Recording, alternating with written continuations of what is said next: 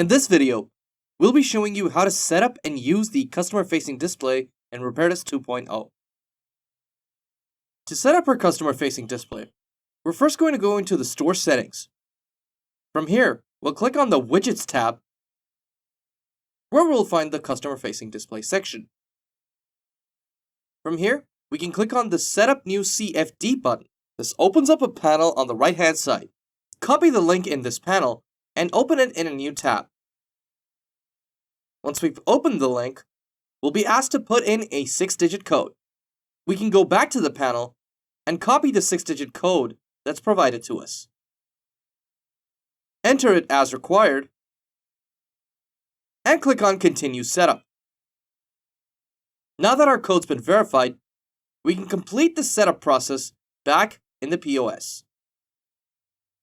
You'll now see that our customer-facing display has been detected, and we have the option to rename it. You can customize the name of your customer-facing display, and when you're done, click on the Save button.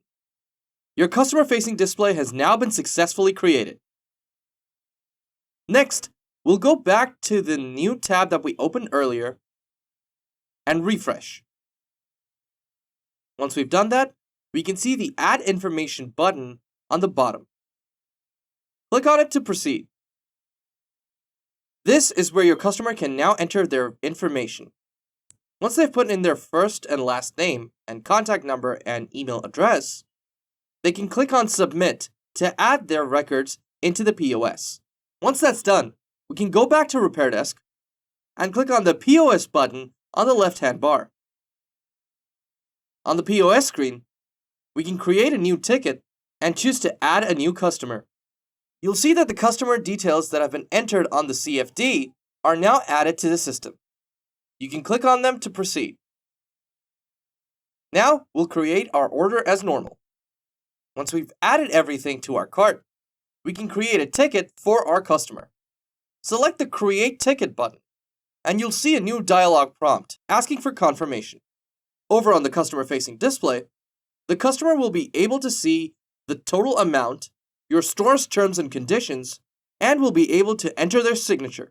Once they're done, they can click on the Agree and Continue button to confirm. And now the ticket has been created successfully through the customer-facing display. And that's how you can set up and use the customer-facing display in RepairDesk 2.0.